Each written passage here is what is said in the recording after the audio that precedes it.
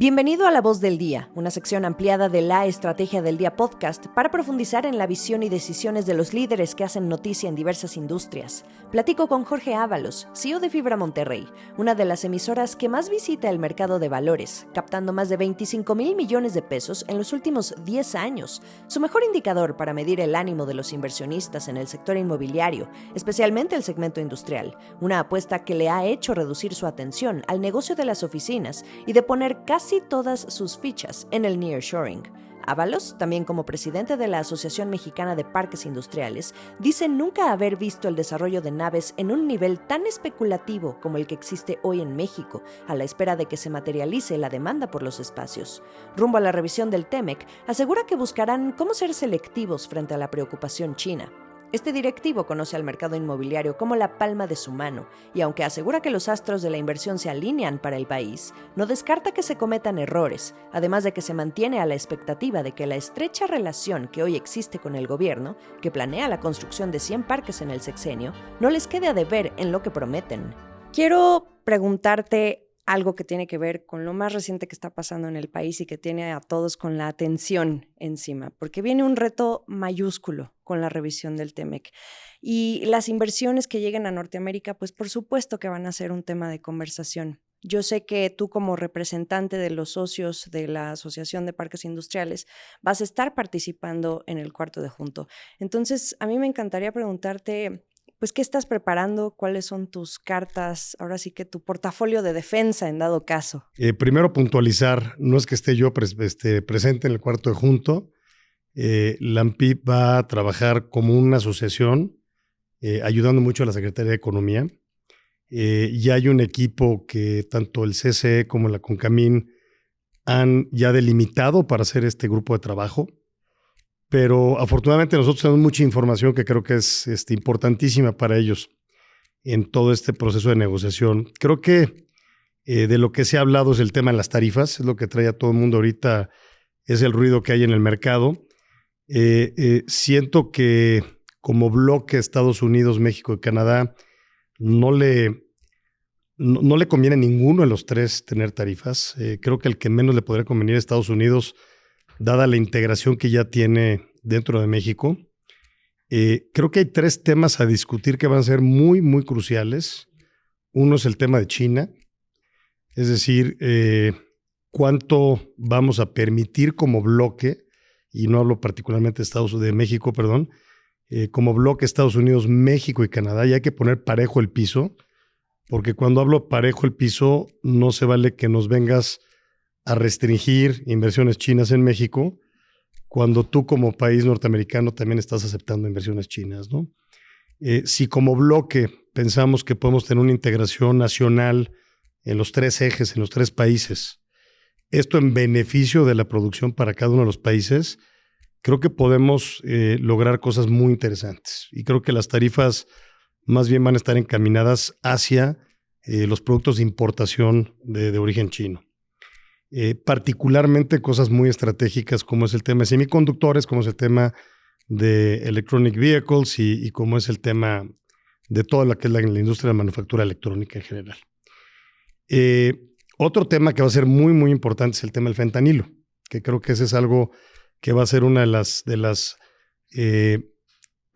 pautas que va a utilizar el gobierno americano para tratar de negociar ciertas cosas. Creo que ahí van a tener que ser muy inteligentes el gobierno mexicano y el americano cómo solucionar ese problema. Y el tercero, que todo el mundo conocemos, el tema de la migración. Entonces, creo que no metiéndome en temas de política pública y temas tan complicados, tan delicados como el tema de la migración y las drogas o el fentanilo, lo que sí nos toca a nosotros como AMPI poder ayudar a Secretaría de Economía es ver cómo dentro de los 465 parques que tenemos, cómo nosotros mismos como desarrolladores, como empresarios, podemos también ser muy selectivos en qué tipo de inquilinos vamos a recibir hoy en México. Me han preguntado también, Jimena, qué tanto se ha frenado con este último nubarrón que ha habido del tema tarifario, las inversiones para México particularmente. Yo te diría que bueno, probablemente esa incógnita surge más entre la opinión pública, pero los que estamos dentro del ajo, hoy tengo un dato para compartirte bien interesante, hoy estamos produciendo 94 parques nuevos industriales en el país, que es un fenómeno que nunca habíamos visto. Y eso tendría que ver, perdón, ahí te voy a interrumpir, con el programa de 100 parques industriales que prometieron desde el gobierno. ¿Son esos? Sí, son parte de esos parques, por supuesto. La presidenta, la doctora Sheinbaum, dentro de sus promesas, había mencionado el tema de los 100 parques. Nosotros ya veníamos trabajando junto con Economía, con Raquel Buenrostro en aquel entonces, luego con Marcelo Ebrard, que ya tenemos un pipeline, que es un pipeline que se ha ido incrementando, inclusive en el último semestre. Primero empezamos con 60 parques, ya vamos ahorita en estos 94 que te comento, y creo que vienen más parques adelante, ¿no? Nada más para tener contexto, antes del 2020 probablemente habíamos 280 parques en todo el país, ¿no? Entonces, el crecimiento ha sido fenomenal, es decir, el nivel de absorción que tiene México actualmente es de casi 5.5 millones de metros cuadrados, cuando hace 4 o 5 años era de 2 millones de metros cuadrados, ¿no? La desocupación que veníamos teniendo promedio en los últimos 2 años era inferior al 2%. Ya estamos viendo ciertos mercados, como por ejemplo Juárez, donde ya presenta desocupaciones un poco más amplias, porque se vino una sobreoferta de espacio, pero es normal. Es decir, un mercado sano en este segmento de naves industriales debe andar oscilando entre el 5 al 6%, que es un nivel de desocupación sano, ¿no? Otro dato que es relevantísimo para que te lo lleves también como para ver un poco este optimismo que traigo. Este año hemos invertido más de $6,000 millones en infraestructura para parques industriales. Es decir, estos $6,000 millones no es IED, o sea, no es inversión extranjera directa, es inversión de empresas mexicanas invirtiendo en infraestructura de parques industriales en nuestro país. ¿Dónde vemos la inversión para los próximos 5 años? En más de $30,000 millones.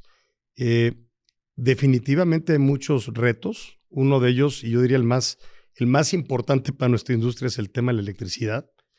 Y creo que hemos avanzado en el tema de política pública de manera coordinada, tanto con la Comisión Federal de Electricidad como con Economía y con Altagracia también, para ver cómo cambiamos los umbrales en términos de generación. Ya estamos ahorita haciendo una propuesta que inclusive el gobierno ya anunció, de incrementar el umbral de medio mega a 0.7 megas in situ, es decir, hacer generación distribuida a través de energía solar, y luego de 0.7 a 20 megas a través de un fast track, que habrá que ver cómo funciona ese fast track, a través de una ventanilla única, procesos digitales, procesos no redundantes, en fin, creo que hay muchos retos por delante, pero lo que sí te puedo decir, Jimena, estamos muy contentos. Yo nunca había visto una colaboración tan buena, tan productiva como la que estamos teniendo actualmente particularmente con la Secretaría de Economía y con Altagracia.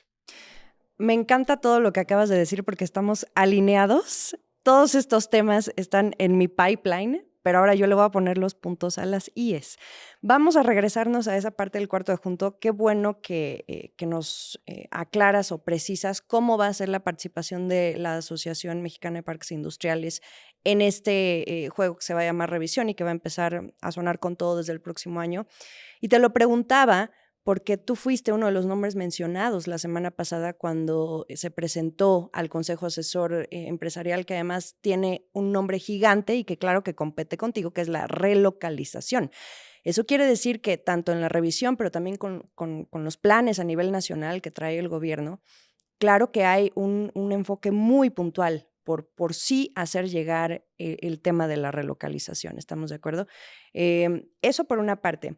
Y ahora vamos a sincerarnos. Tú mencionas que dentro de la industria, los que están dentro del ajo, como bien decías, ven las cosas de manera diferente a lo que se dice en la opinión pública. Yo coincido contigo, pero por eso mismo yo te quiero preguntar cuál es el estado de ánimo real entre esos 120 socios para atender las necesidades de las empresas ante esta expectativa de la relocalización. Como tú bien sabes, dicen que eso ya no llegó, eso ya no sucedió, pero también, además, decirte, ¿qué pasa si la demanda nunca llega? Tú hablabas de una sobreoferta en un estado de la República en el norte, que, bueno, Juárez, ¿no? La ciudad.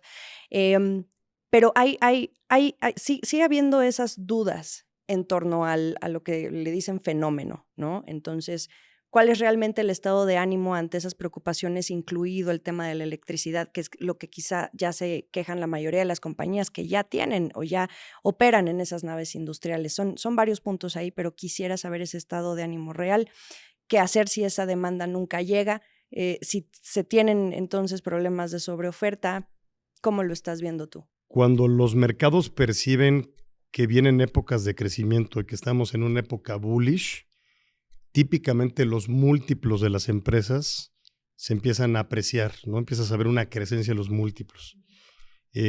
Tú empiezas a ver un ánimo de las empresas al tema de inversión en CAPEX o inclusive en la actividad de M&A.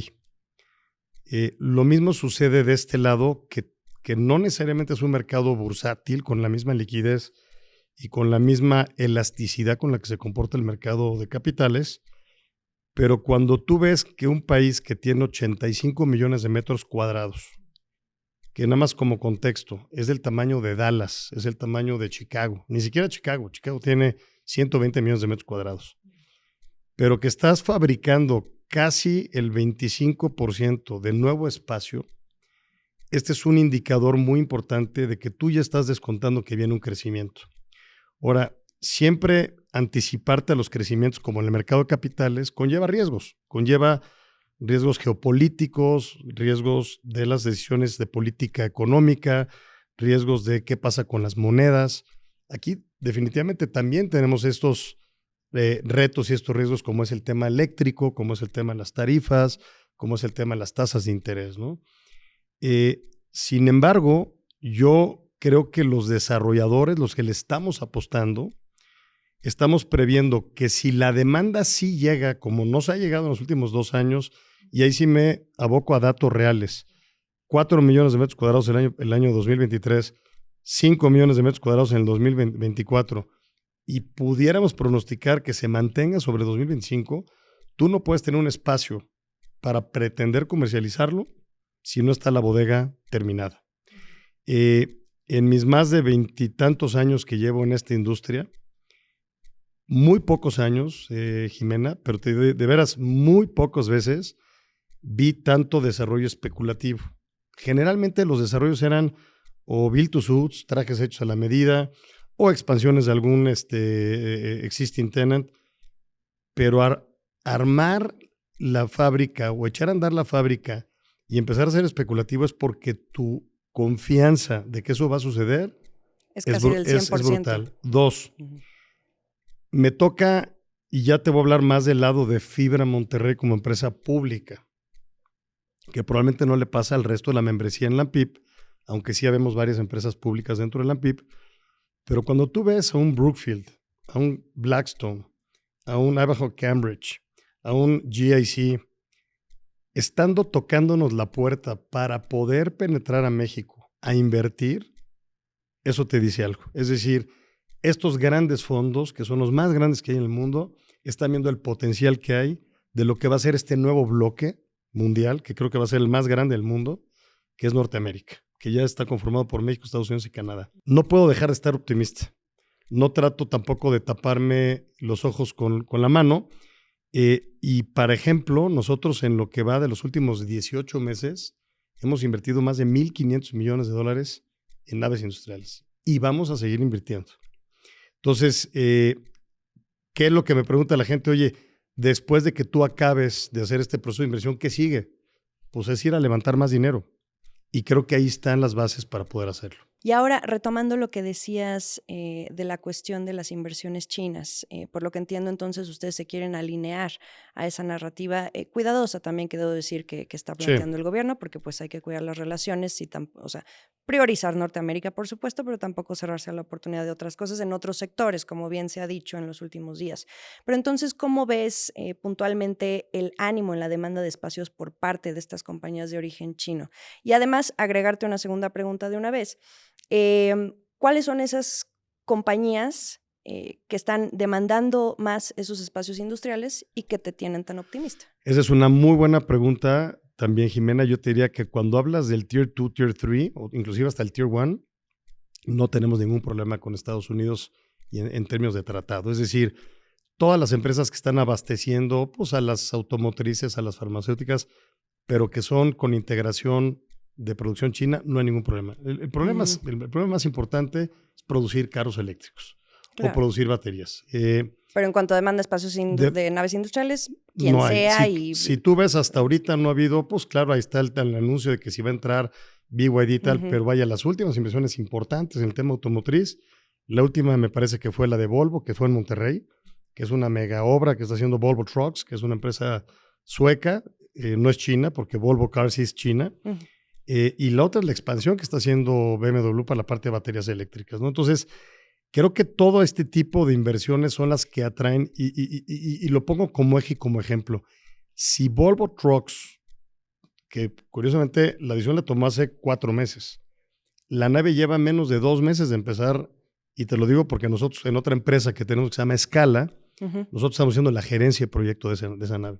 Yo le preguntaba a los suecos, oye, ¿y te da miedo este tema del tratado? No tengo alternativa.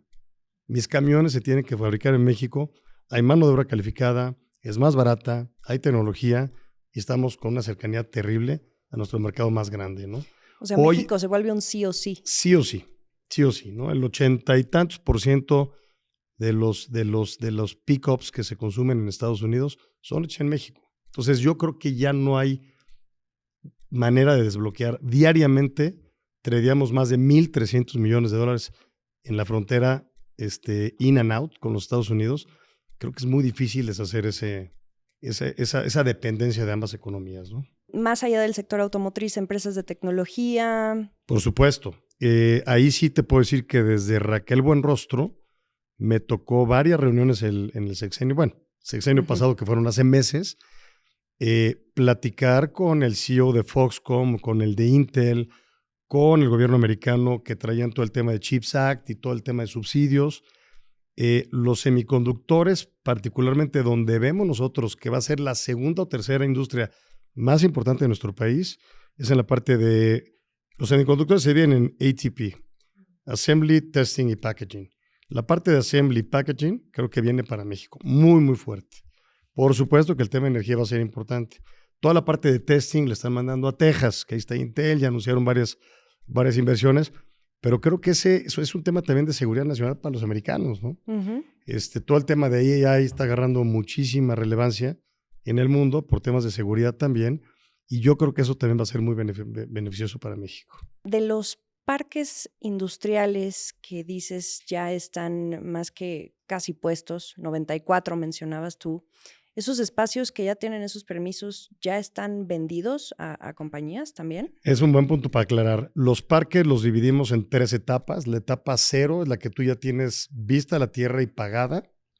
La etapa 1 es en la que ya traes los permisos y la etapa 3 en las que ya estás desarrollando. Por supuesto, los 94 no están todos en etapa 3, pero es un proceso que vamos a pasar, digamos, en los próximos 2 o 3 años, en lo que se van, pues, y por eso es bien importante la colaboración con el gobierno, porque todo lo que es permisos ambientales, todo lo que tiene que ver con energía, permisos de construcción, uso de suelo, derechos de uso de agua, en fin, hay muchísimas cosas que sí es muy relevante la participación gobierno e iniciativa privada.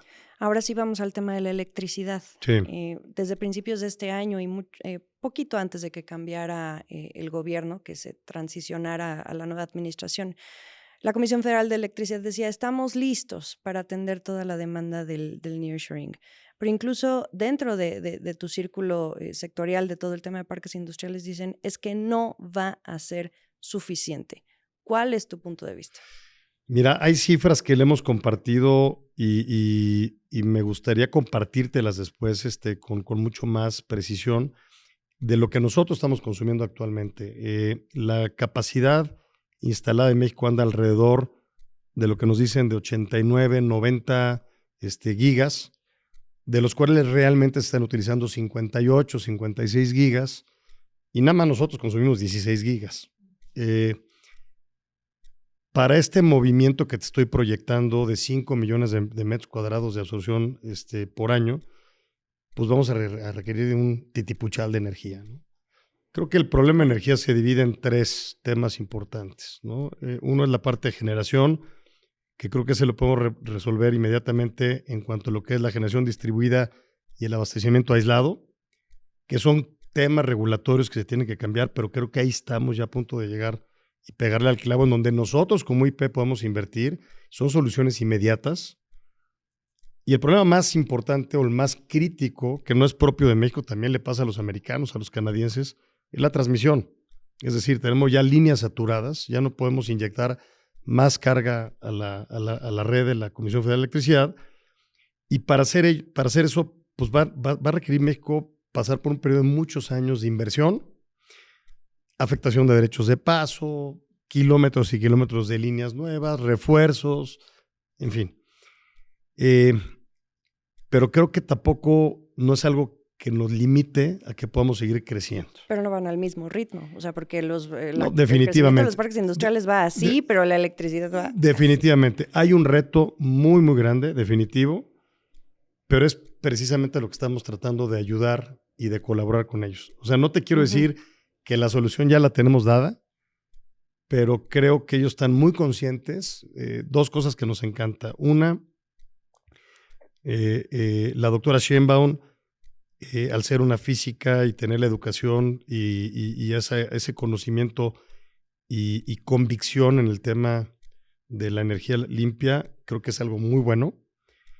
Y creo que el resto de su equipo están muy conscientes que los déficits del gobierno son altos, son grandes, y que una manera de sobrepesar esos déficits es a través de la recaudación. Y una manera o sea, si pusiéramos a México en un P&L, yo te diría que el número 1 hoy es el manufactura, número 2 es turismo, y por Dios santo, a mí no me gusta pensar que la parte de remesas es una parte importante, porque eso nos debería dar hasta vergüenza. Entonces, creo que la apuesta grande para el gobierno es manufactura. Vamos nada más a remontarnos a China en hace 25 años. Bueno, China, el Producto Interno Bruto de aquel entonces era de 1.8 trillones de dólares, cercano al PIB que tenemos actualmente aquí en México. Hoy andan pegándole casi a los 20 trillones de dólares después de 25 años. Es decir, en aquel entonces, estás más chavita tú, Jimena, pero cuando yo estaba en el ITAM, nos decían la globalización. Y ahora es regionalización. Y ahora, pues cambió la cosa. Sí. Ellos querían maximizar utilidades, mover manufactura china, siempre pegar al estado de resultados. Creo que hoy ya pasa a un punto secundario y creo que de eso está muy consciente el gobierno. Entonces, creo que se están alineando los astros, pero podemos cometer un error. ¿Cuál? Pues que las cosas sean de buena intención y que no se acaben ejecutando. Entonces, mi optimismo siempre va a estar ahí, pero en un año platicamos para ver si realmente lo que nos dijeron lo ejecutan como nos los habían prometido. Eso es un hecho. Este podcast se graba dentro de los próximos 12 meses. Nada más para finalizar esta primera parte, Jorge, más allá de la electricidad, más allá de estas otras preocupaciones que ya platicamos, ¿cuáles crees que puedan ser otras limitantes para el desarrollo de los parques industriales en México? Híjole, otra extraordinaria pregunta. A ver, infraestructura terrestre, puertos. ¿Quieres hacer el interoceánico? Muy buena idea. Uh-huh. Primero tienes que tener el calado suficiente en Salina Cruz y en Coatzacoalcos para poder recibir carga de más de 10,000 toneladas. Segundo, tienes que tener una vía de última generación, y si no es que 2 vías. Tienes que tener conectividad entre Coatzacoalcos y Progreso. Tienes que mejorar el puerto de Progreso para poder llegar al delta del Mississippi, Panama City. Uh-huh. Si eso lo logran hacer, sería un fenómeno, sería extraordinario. Entonces, puertos, infraestructura terrestre, infraestructura férrea. 2, aduanas. Aduanas es importantísimo. Tú tienes aduanas como la principal, que es la de Nuevo Laredo, que te soporta 10,000, 10,500 camiones diarios. Necesitas duplicar tu capacidad.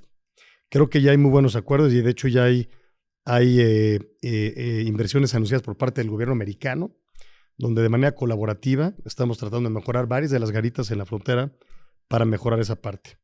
Y por último, seguridad. Nosotros podemos tener una norma de seguridad dentro de los parques industriales, el CTPAT, que es el Counterterrorism, whatever, no me acuerdo del acrónimo, para tratar de cerciorar que lo que sale de nuestros parques industriales va con cierto grado de seguridad para cruzar la frontera. Pero si lo que llega a la frontera no hay esa certidumbre de seguridad, pues de nada sirve, ¿no? Y sobre todo en el norte, si tú pudieras poner en un porcentaje es lo que está ocurriendo alrededor de la inseguridad y ese transporte que tú mencionas para que llegue hacia la frontera, ¿en qué nivel estamos de seguridad?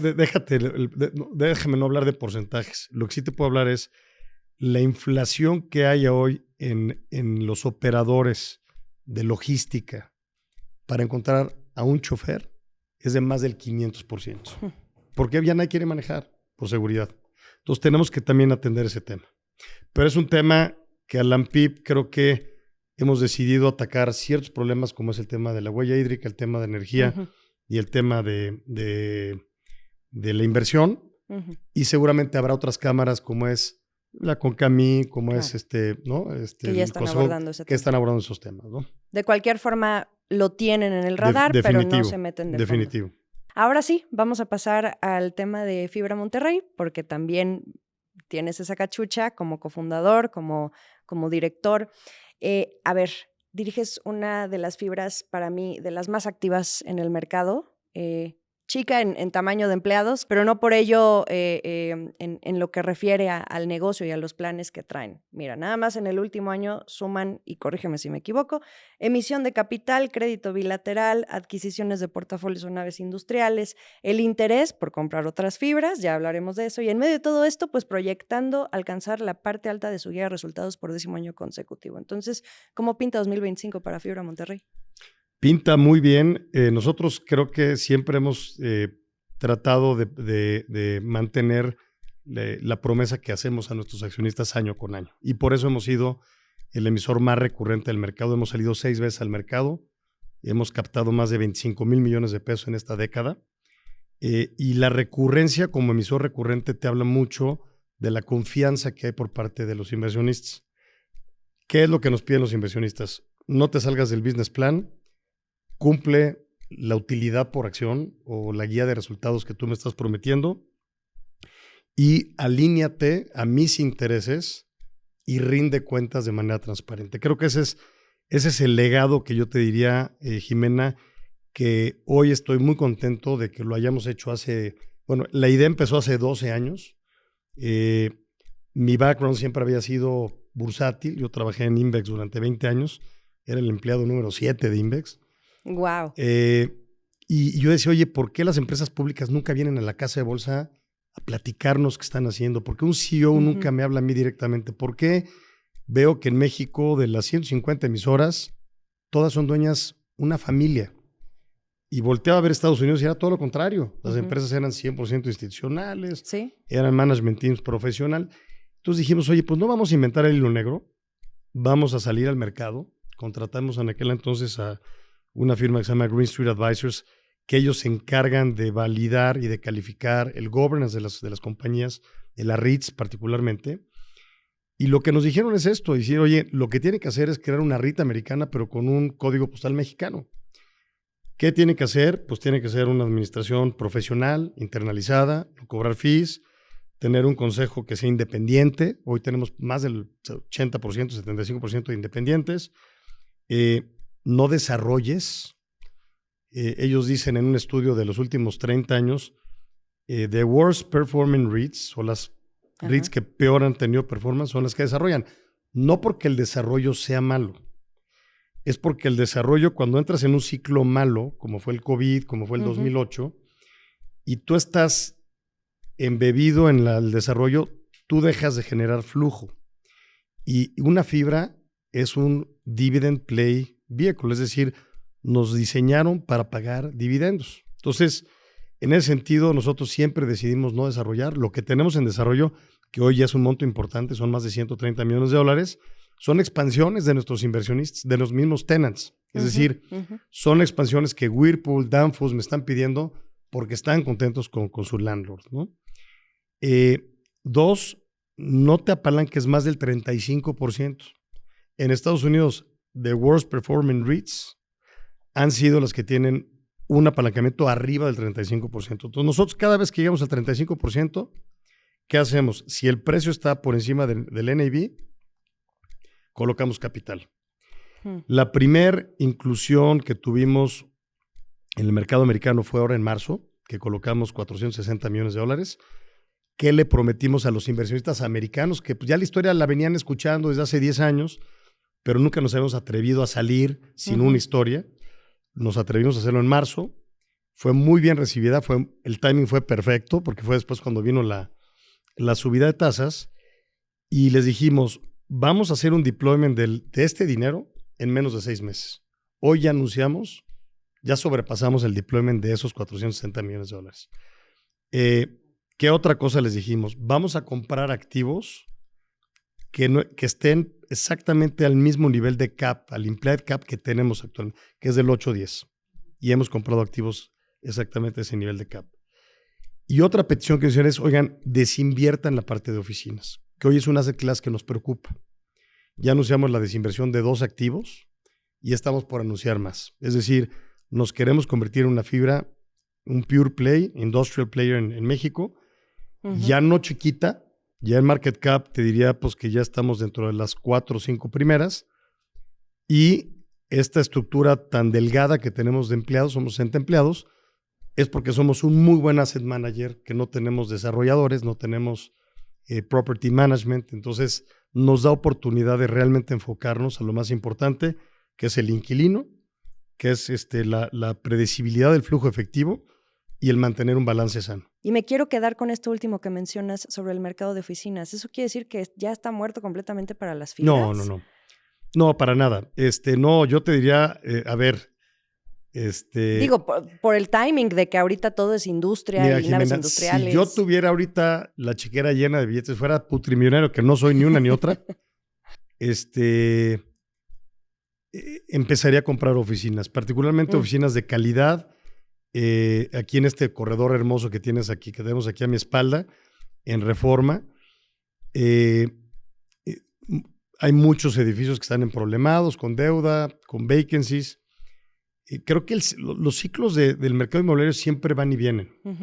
Creo que hoy, si pusiéramos en un reloj inmobiliario, siendo de las 6 a las 12 el mercado de tenants y de las 12 a las 6 el de los landlords, yo te diría que ya estamos empezando a cruzar las 12, en donde va a empezar a ser un mercado de landlords para el tema de oficinas. No estamos ahí todavía, pero va a estar. Creo que el momentum que nosotros decidimos hacer de enfocarnos a la parte industrial a partir de la pandemia, en donde pasamos de tener en el 19 50-50 industrial oficinas, a hace un par de años tener casi 80-20, lo que le resta de crecimiento a esto que te acabo de platicar en la primera etapa de la entrevista es tan prometedor que ya no puedo frenar esa ola. Claro. Y sí, los inversionistas, particularmente los extranjeros, sí te piden que tengas un activo de especialización. No les gustan las fibras diversificadas, pero no con esto digo que sea malo el mercado de oficinas. Te pongo un ejemplo. Guadalajara tenemos 5 edificios, tenemos un área bruta rentable muy, muy importante. Tenemos, yo creo que dentro de los 4 edificios más importantes de Guadalajara, y tengo una ocupación del 100%. Dólares, rentas a $25, $24. Es decir, no toda la vaca es filete. Hay que escoger muy bien los mercados, hay que escoger muy bien los submercados, y creo que ese es un portafolio que vamos a tener en muy buen momento para poder vender, pero sí definitivamente nos queremos especializar en la parte de industrial. Qué buena frase. Entonces, digo, en tu caso se están desacoplando, pero sí se puede dar esa diversificación para otros negocios mientras está este auge de naves industriales y todo lo que va a traer. Correcto. Ok. Y es un auge que sí vemos que va a tener ese reloj inmobiliario, creo que va a durar hoy 10 años, 7 años, por un tema coyuntural. O sea, es decir, no es la ruta normal que tú verías en los últimos 20 años de lo que ha pasado en el medio en el ámbito de parques industriales, pero la coyuntura de hoy me hace pensar que esto puede durar más de una década. Me quedo también con esta parte que mencionas sobre lo bien que conoces el mercado de capitales, todo lo que sucede alrededor de la bolsa por tu trayectoria. Eres pro bursatilidad. 100%. ¿Qué panorama le ves al mercado de las fibras en México en este entorno bursátil? Ese es nuestro yo te diría que de todos los retos que hemos tenido, primero dijimos, vamos a ser la mejor empresa con el mejor gobierno corporativo del mercado. Hoy no lo digo yo, lo dice Standard & Poor's, somos la empresa que tiene el mejor gobierno corporativo de las fibras y la segunda en el mercado. 2, dijimos, vamos a hacer una ejecución extraordinaria, cumplir las promesas y hacer escala. Nacimos con un portafolio muy chiquito de $200 millones, hoy valemos casi los $3,000 millones en activos. Es decir, hemos más de 10x crecido el portafolio. Y 3, el gran reto que tenemos por delante es el ADTV, el volumen diario de operación que tú requieres tener una bursatilidad por encima de 4 o 5 millones de dólares diarios para que el costo de tu capital baje, porque si tú ves el precio al que está hoy Fibra Monterrey y lo comparas con el dividendo, estamos pagando un dividendo del 10% prácticamente en dólares. Si tú comparas ese dividendo contra un dividendo como otras fibras, y no voy a poner sus nombres para no promocionarlas, pero las respeto mucho, que andan pagando dividendos sobre el 4 o 5% en dólares, eso quiere decir que el costo de capital de esas fibras es mucho más bajo que el nuestro. ¿Qué tienes que hacer para mejorar tu ADTV? Tienes que hacer muchos non-deal roadshows, tienes que tener mucho mayor cobertura de analistas. Hoy tenemos una increíble cobertura de analistas, no sé cuántos, y mañana, bueno, no quiero decir fecha de datos, pero más de 15, o sea, ya empezó a tener una actividad muy importante. Ya nos invitan a prácticamente todas las conferencias que hay internacionales, pues de los bancos internacionales importantes, JP Morgan, BofA, Goldman, Citi, etcétera. Y creo que una vez que logremos ese objetivo de bursatilidad y podamos volar a velocidad crucero, creo que ahí es cuando ya puedes empezar a meterte un poquito en qué tweaks le tienes que dar a la estrategia para hacer todavía más acreciente tu estrategia, tu resultado y tu UPA o tu utilidad por acción ya de largo plazo. Pero en el Inter, en esta carrera de ir creciendo, Jimena, es bien difícil porque tienes que ir controlando muchas cosas, ¿no? Hoy creo que ya estamos ahí y estamos a nada de dar ese paso importante. Y ya entiendo cómo piensas. Mencionabas el tema del gobierno corporativo, cómo te gusta la transparencia en absoluto. Fuiste uno de los 6 pretendientes que estuvo detrás de los activos de Terrafina. Al final ya sabemos cómo terminó la novela, que cubrimos ampliamente en Bloomberg Línea y la Estrategia del Día. Pero algo que a ti te preocupaba, bueno, a Fibra Monterrey en general, era el tema fiscal. No quedaban claros esos puntos. Ese definitivamente fue el detonador para decir, yo aquí ya no participo. 100%. Mira, a ver, tenemos nosotros como, o sea, no somos dueños de la empresa. Esa es la diferencia muy marcada del resto de las empresas públicas. Tenemos una obligación fiduciaria enorme como administradores. Cuando yo le pido a un asesor externo que me dé una opinión fiscal y no me puede poner su firma o me puede poner un indemnity de que está seguro que esto pasa, mi siguiente paso es ir a la autoridad y pedirle una confirmación de criterio. Si yo voy al SAT a pedir una confirmación de criterio y no me la da, pues corro un riesgo. Y yo no estoy diseñado para correr ese tipo de riesgos por mis accionistas. Entonces, esa fue una pauta que yo creo que hoy tendremos que ver cómo en la Mefibra también lidiamos con las autoridades, platicamos con ellos para ver. Yo creo que hay muchas cosas todavía en el tema regulatorio. Por ahora no hay conversaciones abiertas con Por las supuesto autoridades que no hay para ninguna. mejorar. Ninguna. Ok.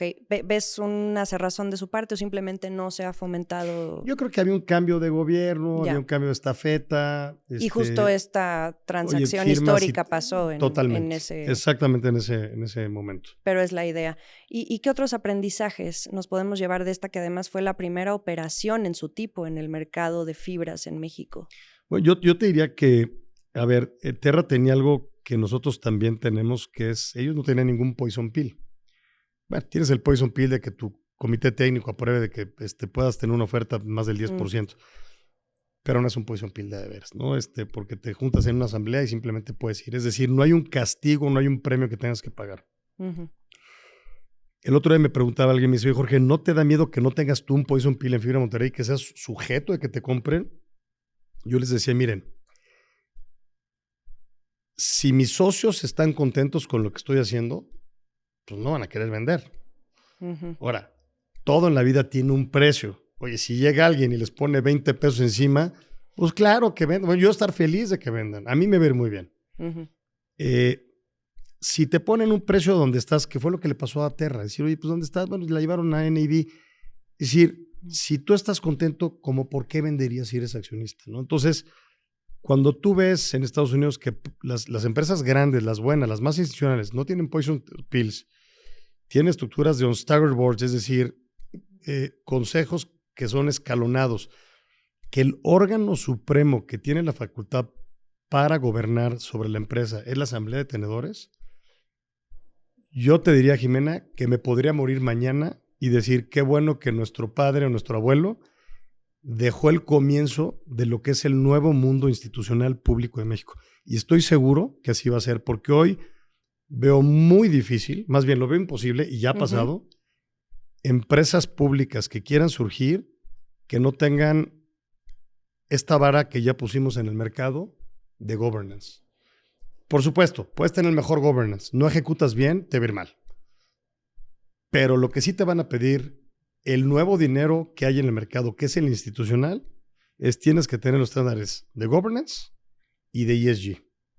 Y ojo, ESG agarra una relevancia importantísima en el mercado. Tienes una visión muy interesante y por eso ya para concluir, Jorge, esta increíble conversación, que además de cierre de año, preguntarte, ¿ves algún tipo de este tipo de operaciones como la que ocurrió este año, que todo el mundo, bueno, entre comillas, ¿verdad? Fue por los huesos de Terrafina. ¿Ves otro tipo de operaciones de este tipo sucediendo pronto en el mercado mexicano o fue algo sui generis?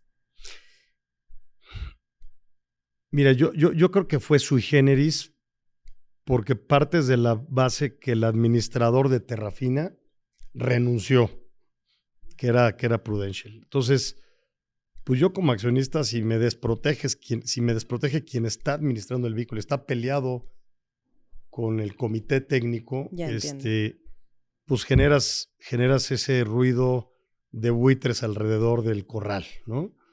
Que alguien pueda hacer OPAs, pues sí lo pueden hacer. Que te atrevas a hacerlo para quedar mal, yo creo que no cualquiera se va a aventar ese tiro, particularmente con una empresa que está haciendo las cosas bien. Y si hay alguna, pues que se atreva y me va a dar mucho gusto dar una opinión, si es positiva, porque seguramente llegaron con una oferta que le va a hacer muy bien a mis accionistas y muy bien a mí. Pero no creo que suceda. Esto fue La Voz, una sección ampliada de la Estrategia del Día podcast con Jimena Tolama. Te invitamos a escucharnos pronto en la siguiente conversación. Que tengas un día muy productivo.